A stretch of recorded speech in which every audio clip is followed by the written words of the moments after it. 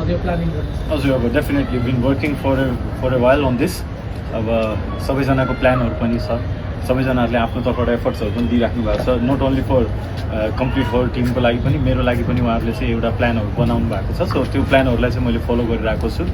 And then त्यसको लागि आफ्नो तर्फबाट हुन सक्ने वर्क एथिक्सहरू के छ, अब कुनै पनि पार्टहरूबाट आफ्नो वर्क एथिक्सहरूलाई चाहिँ एक स्टेप अगाडि कसरी बढाउन सकिन्छ, अरू एक स्टेप माथि कसरी लिएर जाने, र सकेसम्म आफ्नो कन्सिस्टेन्ट रूपमा चाहिँ पर्फर्मेन्स कसरी दिने, त्यो चाहिँ सबै bits by bits, step by step गरिरहेको छु। लास्ट नाइट 2 ओभर मात्र गर्दाखेरि पनि एउटा कन्ट्रोल हुँदैन। आजदेखि त्यो सिडब्ल्युसी अगाडि तपाईँको यो किसिमको फर्ममा आउनु हामी एकदम प्रेसरमा पनि छौँ। सिडब्ल्युसीलाई लिएर चाहिँ कतिको एक्साइटेड अथवा यो पर्फर्मेन्सले कतिको सहज? मेरो लागि चाहिँ हरेक गेम चाहिँ जस्ट अनदर गेम नै हो।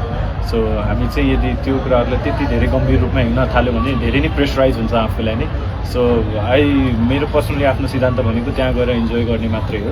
सो टिम छ, पुरै कम्प्लिट टिमले अगाडि कसरी बढिरहेको छ मैले टिमको प्रारूपको अनुसारले हिँड्नुपर्ने हुन्छ, because I need to do whatever my team requires. So मैले उहाँहरूको भनेअनुसार, अब क्याप्टन प्लान हुन्छ, कोचको प्लान हुन्छ, उहाँहरूको भनेअनुसार मैले अगाडि बढ्नुपर्ने हुन्छ। सो सबै कुराहरू चाहिँ भनौँ न, अब सबै कुराहरू अलाइन राम्रो भइरहेको छ र अफकोर्स